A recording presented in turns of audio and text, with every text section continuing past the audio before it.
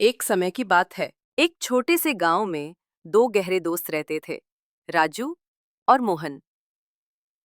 बचपन से लेकर जवानी तक दोनों एक दूसरे की छाया बने रहे। दोनों गरीब थे, लेकिन दिल से अमीर।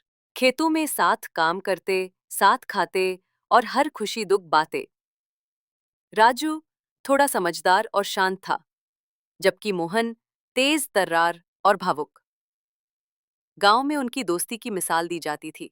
अचानक एक दिन गांव में एक अफवाह फैली। पास वाले पहाड़ों में सोने की खान मिली है। हर कोई खुदाई के लिए जाने लगा। राजू और मोहन ने भी सोचा कि क्यों ना एक कोशिश करें। दोनों ने गांव वालों से उधार लिया और खाने पीने का सामान लेकर जंगल की ओर निकल पड़े। रास्ता लंबा था, जंगल घना था, लेकिन उनका हौसला बुलंद था। पहाड़ की खदान। कई दिन की मेहनत के बाद उन्हें एक गुफा मिली। वहां खुदाई शुरू की। हफ्तों की मेहनत रंग लाई। उन्हें सच में कुछ चमकीले पत्थर और सोने जैसी चीजें मिली। मोहन खुश होकर बोला, हम अमीर बन गए। पहले पूरा भरोसा कर लें कि ये असली है। दोनों ने और खुदाई शुरू की। अब वे दिन रात काम करते। एक दिन मोहन ने कहा, राजू, हमें अब वापस चलना चाहिए, इससे पहले कि कोई और यहाँ आ जाए।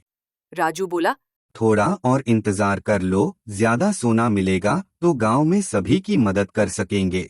मोहन नाराज हो गया।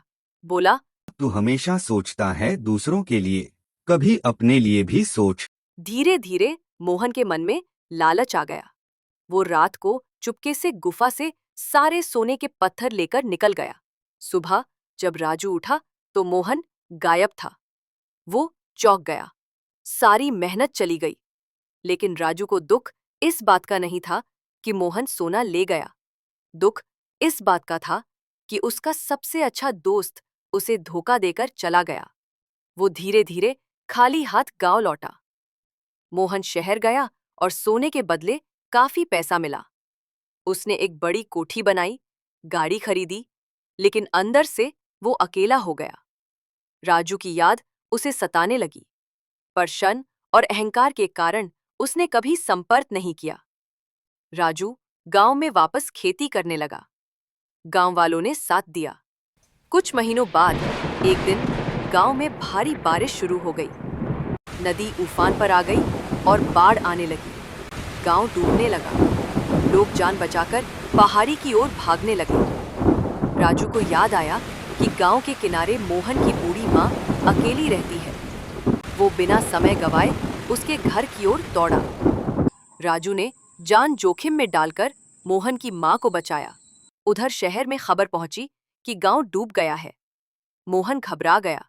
उसे अपनी माँ की चिंता सताने लगी।